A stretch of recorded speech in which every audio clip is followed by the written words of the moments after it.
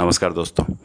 आज राजा राम मोहन रॉय का 248वां जन्मदिन है और आज आपको ये बताएंगे कि किस तरह से जब पूरा देश अंग्रेज़ों की गुलामी से जूझ रहा था और हमारे जो वीर भगत सिंह, चंद्रशेखर आज़ाद, नेताजी सुभाष चंद्र बोस ऐसे लाखों योद्धा जिन्होंने अपनी जान कुर्बान कर दी, उनके बावजूद भी कैसे विरोधी माहौल में भी एक चाटुकार व्यक्ति किस तरह से बिल्कुल एक आनंदित जीवन जी सकता है। और कुछ ऐसी जानकारी जो शायद आप नहीं जानते, आपको बताएंगे। और उनकी जो प्रारंभिक शिक्षा उनके गांव में हुई और संस्कृत में और बंगाली में हुई। फिर पटना में वो एक मदरसे में गए, वहाँ पर पारसी और अरबी सीखी। मदरसे में पढ़ने का उनके ऊपर काफ़ी प्रभाव रहा, जो इस वीडियो में आगे आपको पता चलेगा। उसके बाद वो काशी गए, वहाँ पर संस्कृत सीखी, जो कि आज काशी बनारस के नाम से जाना जाता है। 22 साल की उम्र में उन्होंने अंग्रेज़ी काफ़ी अच्छे सीख ली थी। सती प्रथा का बहुत विरोध करते थे, एकेश्वरवाद का वो समर्थन करते थे और एक किताब लिखी थी उन्होंने, अपनी पहली किताब तुहफ़त उल मुवाहिद्दीन।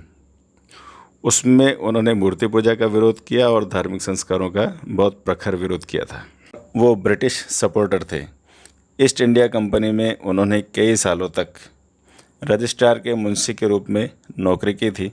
60 साल की उम्र में उनकी डेथ हो गई और पहले अमेरिका में उनको दफनाया गया। ध्यान दीजिए, वो हिंदू थे और उनका अंतिम संस्कार नहीं किया गया, बल्कि उनको दफनाया गया। और फिर कुछ वर्षों के बाद उन्हें उनके किसी फ्रेंड ने वहाँ से निकाल कर फिर इंग्लैंड में जाकर दफनाया और एक शानदार मकबरा बनाया गया वहाँ पर। अब एक और बात, राजा राम मोहन रॉय ब्रह्मो समाज के संस्थापक थे, जो कि आज आदि धर्म के नाम से जाना जाता है। इसकी स्थापना 1828 में कलकत्ता में हुई थी।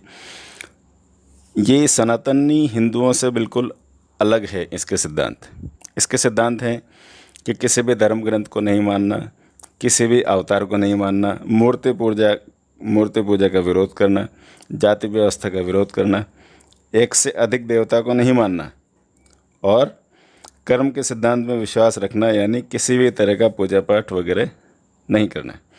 कुल मिलाकर शुरू से लेकर अंत तक राजा राम मोहन रॉय कैसे भी करके हिंदू विरोधी ही नजर आए। इस तरह से ये कुछ जानकारी राजा राम मोहन रॉय के बारे में आपको दी। इस तरह की जानकारी हम लाते रहते हैं। आप हमारे साथ बने रहिए और अपना ज्ञान बढ़ाते रहिए। सब्सक्राइब कर लें ताकि आगे भी आपको इस तरह की जानकारी मिलती रहे।